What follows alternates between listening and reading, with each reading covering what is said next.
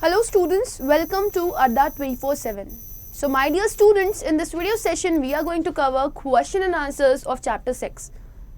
The name of the chapter is Weathering the Storm in Ursama, which is written by Hirsch Mander. This chapter has been taken from the book Moments of class 9th. So let us begin with the question and answers.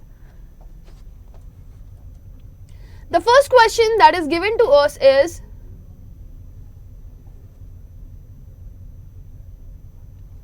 question number 1. What havoc has the super cyclone wreaked in the life of the people of Orissa? Orissa, which is earlier known as Orissa but now known as Odisha. Okay? So किस तरह का जो devastating effect था वो देखने के लिए मिला after the cyclone which was hit in Odisha earlier.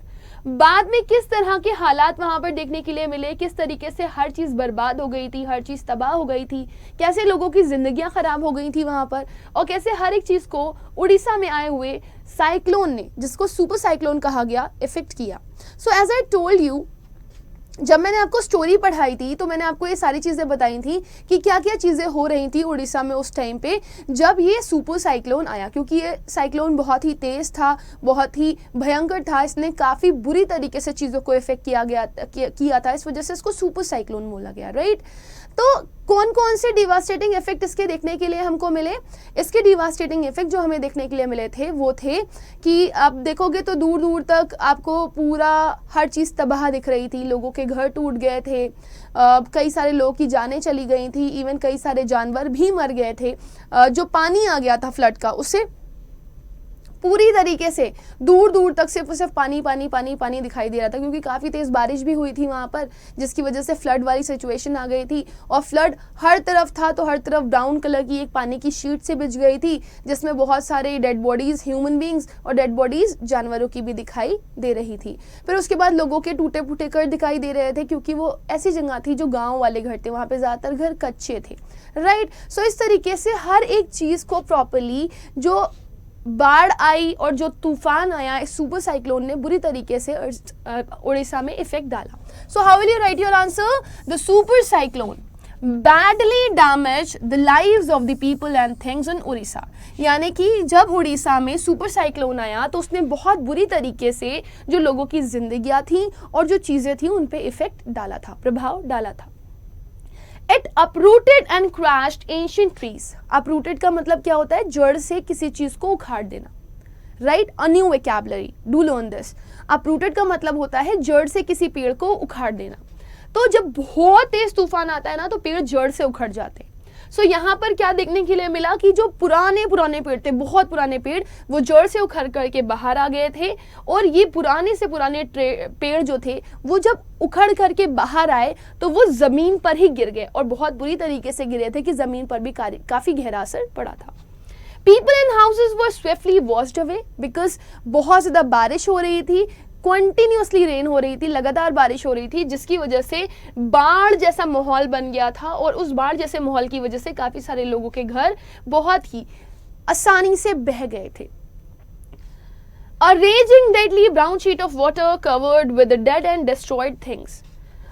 एक ऐसा लग रहा था जैसे मानो कि बहुत ज़्यादा तेज़ गुस्सा आ गया हो, बारिश को, तूफान को, एक भयंकर सा गुस्सा आ गया है, उसने हर चीज़ को बर्बाद करके रख दिया है. तो वहाँ पर ज़्यादातर जो चीज़ें थी वो ख़राब दिखाई दे रही थी. जो बारिश की वजह से बाढ़ सी आ रखी थी, उसकी वजह से पानी का ब्राउन कलर का शीट तैयार हो गया था. ब्राउन क्यों था वो शीट? क्योंकि काफ़ी सारी गंदगी उसमें मिल चुकी थी, मिट्टी मिल चुकी थी, और काफ़ी सारी डेड और डिकेइंग चीज़ें उसमें मिल गई थी. तो हर तरफ सिर्फ पानी था, और पानी की किस कलर की शीट तैयार हो गई थी? ब्राउन कलर की. और सारी की सारी जगह डेड और डिस्ट्रॉयड थिंग से भर चुकी थी. As far as the eye could see, जहां तक लोगों की आंखें देख सकती थी, only fractured cement houses left in few places. बचने के नाम पर अगर कुछ था तो वो थे सीमेंट के घर. और वो भी सीमेंट के घर क्यों बच गए थे? क्योंकि वो पक्के घर थे. और ऐसा भी नहीं था कि पक्के घर भी बहुत सही सलामत थे, उनमें भी काफ़ी सारे फ्रैक्चर्स आ गए थे, यानी कि वो भी काफ़ी ज़्यादा टूटे फूटे थे. Blotted animal carcasses and human corpses floated in every direction. जो लोगों की और जो जानवरों की डेड बॉडीज थी वो काफ़ी ज़्यादा ब्लॉट कर चुकी थी, उनमें ब्लॉटिंग हो गई थी, वो फूल गई थी पानी में होने की वजह से, और पानी में होने की वजह से जब वो फूल गई थी तो वो ऊपर तैर रही थी। आपने देखा होगा कि कभी भी पानी में अगर ह्यूमन की डेड बॉडी को रखा जाता है तो वो तैरना शुरू कर देती है। सो इस तरीके से उड़ीसा में जो सुपर साइक्लोन आया उसने बहुत ही गंदी तरीके से पूरे के पूरे उड़ीसा पर इफेक्ट डाला। Next is question number 2, which is asking how has Prashant the boy who was just 19 years old, तो कैसे प्रशांत ने जो कि एक टीनेजर था उसने मदद की अपने गांव के लोगों की। तो एक्चुअली पहले तो प्रशांत क्या करता रहा, प्रशांत बहुत देर तक इंतज़ार करता रहा कि मैं इंतज़ार करूँगा कि कोई आए और सामने से लीड करे कि वो इन लोगों की मदद कर सके। लेकिन जब उसने देखा कि कोई भी लीड नहीं कर रहा था तो उसने कहा कि मैं ही लीड करूँगा और मैं हर किसी की मदद करूँगा। तो उसने अलग अलग तरीके से लोगों की मदद करना शुरू करी, लोगों को शेल्टर प्रोवाइड करवाए, और जो रेड क्रॉस शेल्टर थे जहाँ पर गंदगी थी उन गंदगी को साफ़ किया काफ़ी सारे लोगों की मदद से, लोगों को खाना पहुँचाया। खाना पहुँचाने के लिए भी उसने काफ़ी ज़्यादा एफर्ट्स डाले, उसने काफ़ी सारे यूथ को इकट्ठा किया, उनकी ग्रुपिंग करी, और उसके बाद फिर अलग अलग तरीके से लोगों की मदद शुरू कर दी करना। काफ़ी सारे बच्चे थे जो अनाथ हो चुके थे, जिनके मम्मी पापा इसी फ्लड में मर गए थे, इसी बारिश में मर गए थे, इसी तूफान में मर गए थे, और बहुत सारी ऐसे भी औरतें थीं जो विधवा हो गई थी। तो उन सब लोगों को उसने क्या किया, टुगेदर लाया ताकि वो दोनों की ज़िंदगियों को एक बेटर तरीके से आगे बढ़ा सके, right. So how will you right it, look at this. Prashant a teenager been able to help the people of his village because प्रशांत जो कि एक टीनेजर था वो अपने गांव के लोगों की मदद कर पाया, क्योंकि उसने क्या डिसाइड किया था कि if no one comes forward, अगर कोई भी आगे नहीं आता है, he would lead the people of his village, वो अपने गांव के लोगों को लीड करेगा, वो लीडर की तरह बिहेव करेगा। He organised a group of youth, उसने क्या किया, उसने बहुत सारे जवान बच्चों को इकट्ठा किया, एंड एल्डर्स, और बड़े बड़े लोगों को भी इकट्ठा किया ताकि वो प्रेशर बना सके मर्चेंट पे। मर्चेंट कौन था, जो उनका सामान बेचा करता था राशन पानी का। तो उन लोगों ने पहले भी मर्चेंट से बोला था कि हम लोग को थोड़ा सा चावल दे दो ताकि हम लोग खा लें, लेकिन मर्चेंट ने नहीं दिया था। तो इसने फिर with the help of youth, with the help of elders, इस मर्चेंट को ज़बरदस्ती प्रेशराइज करवाया ताकि ये क्या करे, ये राइस का कुछ पार्ट इन लोगों को दे दे, जितने भी लोग हैं जो उस बहुत भयंकर सिचुएशन से ग्रसित हैं और जूझ रहे हैं। तो जब प्रेशर डाला इसने मर्चेंट के ऊपर, तो मर्चेंट ने क्या किया था, राइस दे दिया था। Thus task done successfully. By this, for the first time in 4 days, the survivors at the cyclone shelter were able to fill their stomachs. तो इसके बाद हमें ये बताया जाता है कि जब ये इंसिडेंट हो गया, यानी कि जब मर्चेंट से राइस ले लिया गया, तो this was the first time, ये वो पहला समय था या पहली बार था जब लोगों ने 4 दिनों के बाद उस डिवास्टेटिंग स्टॉर्म का सामना करने के बाद अपना पेट पहली बार भरा था। तो जितने भी सर्वाइवर्स थे, जितने भी लोग थे जो बच गए थे स्टॉर्म से, इस तूफान से, उन लोगों ने पहली बार अपना खाना कब खाया था, चौथे दिन खाया था, 4 दिनों के बाद, राइट। तो कैसे खाया, जो मर्चेंट ने राइस दिए थे वो उन लोगों ने अपने पेट में पहुंचाए। और मर्चेंट ने राइस क्यों दिया, क्योंकि प्रशांत और बाकी लोगों ने मिल करके, बाकी सारे यूथ ने मिल करके उसको प्रेशराइज किया था। नेक्स्ट देखिए, फिर उसने क्या किया, उसने एक टीम ऑर्गेनाइज करी यूथ की जो वॉलंटियर करेगी। वॉलंटियर का मतलब क्या है, फ्री ऑफ कॉस्ट मदद करेगी। With the help of them, he was able to clean the shelter of filth, urine, vomit and floating carcasses and treat the wounds and fractures of the people who had been injured by the cyclone. फिर उसने क्या किया, अलग अलग तरीके से लोगों की मदद करने के लिए फिर टीम ऑर्गेनाइज करवाई। जब टीम ऑर्गेनाइज करा ली उसने, तो ये लोग रेड क्रॉस शेल्टर की तरफ गए। वो रेड क्रॉस शेल्टर जो कि पूरी तरीके से गंदा हो चुका था। कैसे गंदा हुआ था, लोगों की गंदगी से। हो सकता है लोगों ने अपना एक्सक्रीटा वहाँ पे डाल दिया हो, लोगों ने यूरिन किया हो, वॉमिट करी हो, तो उनको पूरा साफ़ किया गया, बिल्कुल क्लीन किया गया, राइट। वहाँ पर जो बारिश की वजह से बाढ़ सी आ रखी थी, उसमें जो लोगों के डेड बॉडीज़ इधर से उधर फ्लोट कर रही थी, जो जानवरों के डेड बॉडीज़ इधर से उधर फ्लोट कर रही थी, तो उनको साफ़ किया, राइट। उसके बाद जितने भी लोगों को चोट लग गई थी, जिनके ज़ख्म हो गए थे, जिनके अलग अलग तरह के फ्रैक्चर्स हो गए थे, उनको भी ट्रीट किया। He helped the children who were orphaned and the widows together. उसने क्या किया, जितने भी गरीब लोग थे, जिसमें गरीब बच्चों में अनाथ बच्चे थे और जितनी भी विधवा औरतें थी, उन सब लोगों को साथ में लाया और बच्चों को इस तरीके से माँओं का प्यार मिला और माओ को उनकी एक फैमिली मिल गई, जिससे क्या हुआ कि उन्हें अकेलापन फील नहीं हुआ। सो इस तरीके से उसने अलग अलग तरीके से लोगों की मदद करनी शुरू कर दी। So this was done by just a 19-year-old boy name Prashant. ये किसके द्वारा किया गया था? एक छोटे से बच्चे के द्वारा, जो कि सिर्फ 19 साल का था, बहुत बड़ा नहीं था, बट उसने लीड किया, and bye leading he was able to help a number of people of his own place. Now we will move ahead and we will look for our next question. Okay, let me do one thing for you, as for this you people are able to see it more clearly. Look at this. How have the people of community helped one another? What role do the women of Kalikuda play during these days? Right? अब यहाँ पे देखिए question क्या पूछा जा रहा है, बहुत ही सिंपल सा क्वेश्चन है, बहुत ही अच्छा क्वेश्चन है। How have the people of community helped one another? कैसे लोगों ने एक दूसरे की मदद करी, जो कम्युनिटी के लोग थे उन्होंने एक दूसरे की मदद कैसे करी। What role do the women of Kalikuda play during these days? और कालीकुड़ा की औरतें इस दौरान किस तरह से मदद कर रही थी।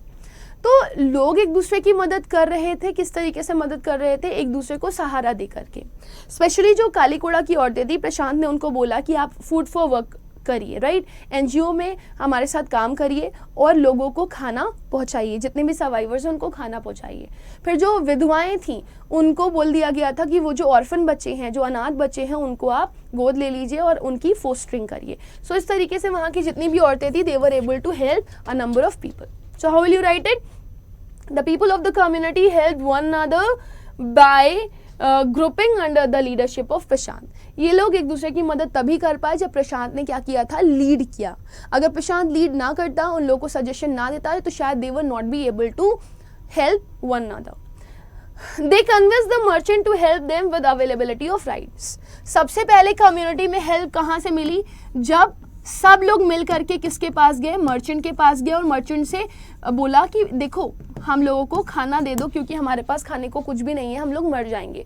तो एक तरह का प्रेशर क्रिएट किया गया मर्चेंट के ऊपर कि वो राइस दे दे ताकि इन लोगों की मदद हो पाए। नेक्स्ट जो यूथ टास्क थी, इन्होंने जो छोटे छोटे बच्चे थे उनको एक जगह पर लेटाल दिया था।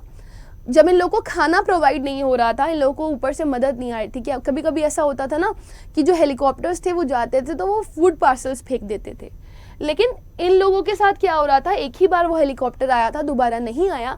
सो उस टाइम पे जो भी यूथ थे, पूरे जो ग्रुप था यूथ का, उन्होंने बच्चों को बोला कि तुम लोग लेट जाओ बालू के ऊपर, जो पानी के किनारे किनारे बालू है वहां पर लेट जाओ। उसके बाद उन्होंने क्या किया? उनके जो पेट थे, जो बेलीज थी, स्टमक्स थे, उनके ऊपर क्या रख दिया था?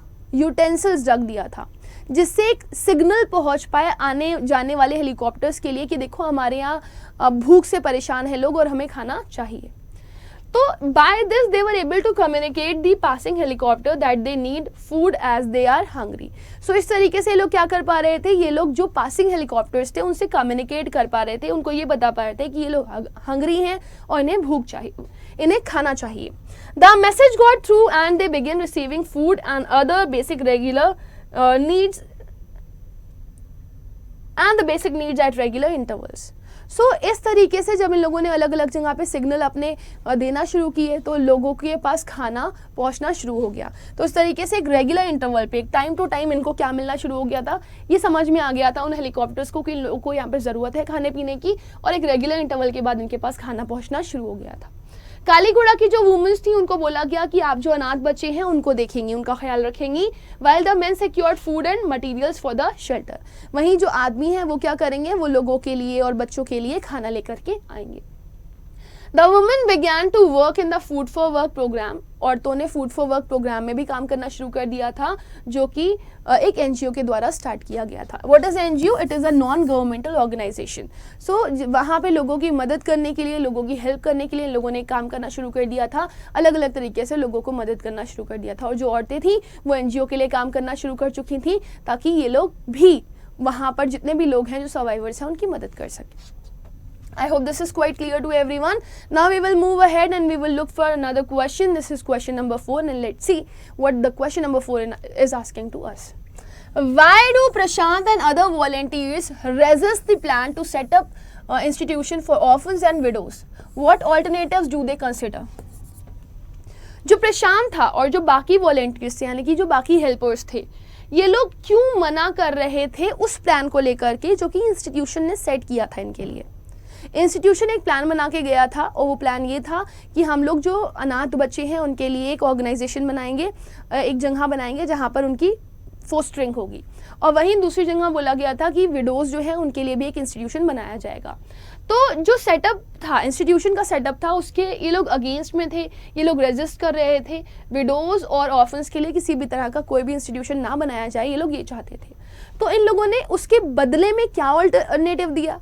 अब अगर इंस्टीट्यूशंस नहीं बनाए जा सकते तो कुछ ना कुछ तो होना चाहिए ना जिसकी मदद से उनका सर्वाइवल देखा जा सके। तो क्या सर्वाइवल के लिए इन लोगों ने सोचा था, क्या अल्टरनेटिव दिया, क्या सब्स्टिट्यूट दिया, वो आपको यहाँ पर बताना है।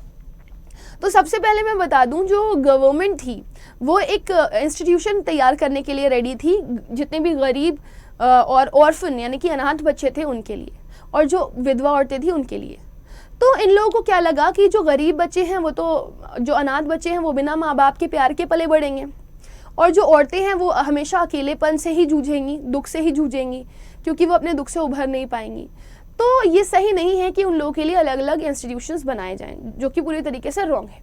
तो इन्होंने क्या डिसीजन लिया, इन्होंने ये डिसीजन लिया कि हम लोग क्या करते हैं, हम लोग दोनों को एक साथ ले आते हैं, यानी कि जो गरीब बच्चों की फोस्टरिंग है, पालन पोषण है, और जो अनाथ बच्चे हों उनके पालन पोषण कौन करेंगी, विधवाएं करेंगी, विधुर औरतें करेंगी, राइट।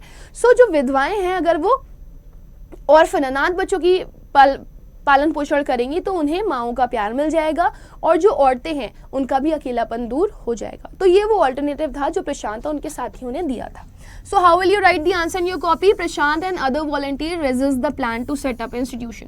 जो प्रशांत था और जो बाकी वॉलंटियर्स थे उन्होंने रेजिस्ट किया इस प्लान को कि इंस्टीट्यूशन सेटअप नहीं होने चाहिए, ना ही अनाथों के लिए और ना ही विधवाओं के लिए। क्यों?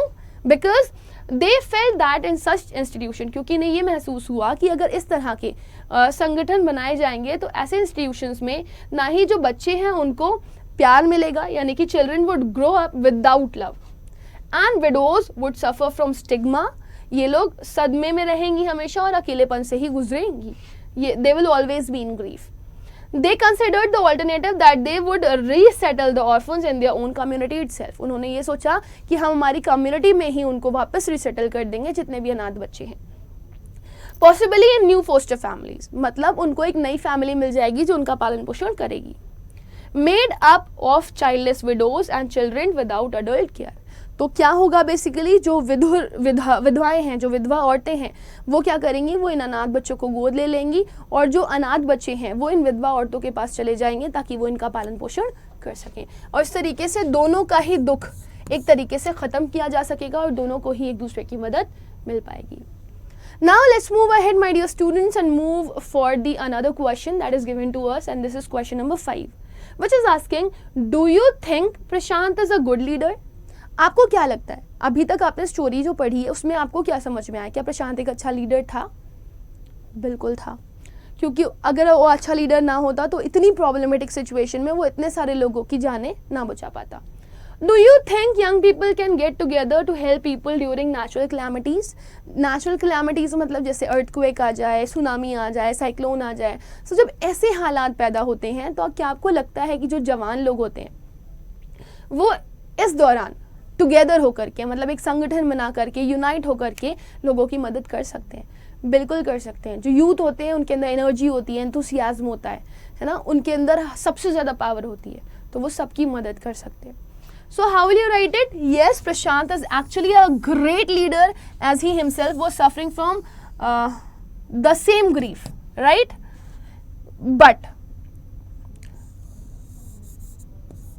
he was grief stricken also, yet he decided to lead the people of his village. इतनी ज़्यादा परेशानी होने के बावजूद भी ऐसा नहीं था कि वो उस प्रॉब्लम से नहीं गुजर रहा था, वो भी उस सफ़र कर रहा था, वो भी उस पेन से सिमिलरली सफ़र कर रहा था जैसे बाकी लोग कर रहे थे।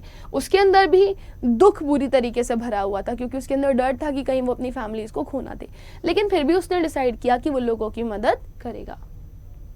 He organized a group of youth and elders to help others. उसने बहुत सारे लोगों को बुलाया, जवान लोगों को, और उनका एक ग्रुप बना दिया जो कि लोगों की मदद करेंगे इस कठिन समय में। ही टुक सेवरल इनिशिएटिव, उसने कुछ इनिशिएटिव्स लिए, कुछ काम स्टार्ट किए, and made it possible for people to put their lives back on track, ताकि लोगों की ज़िंदगी वापस अपनी पटरी पर आ सके और लोग वैसे ही उसी प्रकार से जी सके जैसे वो पहले जिया करते थे। सो एक तरीके से लोगों को उन्होंने साइड लाइन से एकदम लाइन पे ला दिया था।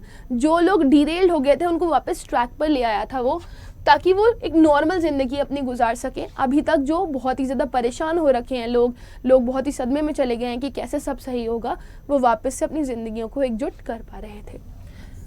और बिल्कुल यंग लोग जो हैं वो टुगेदर साथ में जुट करके मदद कर सकते हैं लोगों की नेचुरल कैलेमिटीज़ के दौरान, क्योंकि वो एनर्जी से भरे होते हैं, उनके अंदर बहुत सारी एनर्जी होती है, बहुत सारी स्ट्रेंथ होती है। They can come up with new and useful ideas to reduce the devastating effect of the calamities by helping more and more people. उनके अंदर एनर्जी है, उनके अंदर एंथुसियाज है, तो वो लोगों की मदद करेंगे और वो नए आइडियाज़ उनके अंदर आ सकते हैं, उनके अंदर नए नए थॉट्स होते हैं जो कि वो बहुत सारे प्लान आउट कर सकते हैं चीज़ें। और उसके बाद ये जो डिवास्टेटिंग इफेक्ट है किसी भी कैलामिटी का, चाहे वो अर्थक्वेक हो, चाहे वो सुनामी हो, चाहे वो साइक्लोन हो, उसका जो इतना ख़तरनाक प्रभाव पड़ा हुआ है, राइट, उस प्रभाव को कम करने के लिए वो क्या कर सकते हैं, लोगों की मदद कर सकते हैं, है ना। ऐसा बोला जाता है कि जितने भी यंग लोग होते हैं ना, उनका दिमाग काफ़ी तेज़ी से दौड़ता है, उनके अंदर नए थॉट्स होते हैं, नए आइडियाज़ होते हैं, नए प्रोसेसिंग वो लोग बहुत आसानी से कर सकते हैं। जितना तेज़ी से उनका दिमाग दौड़ता है उतनी ही तेज़ी से उनका शरीर भी वर्क करता है। So it is said that कि वो किसी भी काम को आसानी से ही अंजाम दे सकते हैं। और वो एक ऐसी एज होती है हमारी जब हम लोग बढ़ बढ़ के लोगों की मदद कर सकते हैं और हमें किसी चीज़ का बहुत ज़्यादा इफेक्ट नहीं पड़ता। सो इस वजह से बिल्कुल ऐसे जब कठिन परिस्थिति आए तो हम यंग लोगों को मिल करके ही क्या करना चाहिए, लोगों की मदद करनी चाहिए। So with this my dear student, we have come to the end of this session. I hope कि आपको जो क्वेश्चन आंसर्स थे weathering the storm in Ersama अच्छे से क्लियर हो गए होंगे इस चैप्टर के क्वेश्चन आंसर्स। और if you want certain more videos regarding this, you people can subscribe to our channel Adda 24/7. Thank you and do not forget to like and share the session.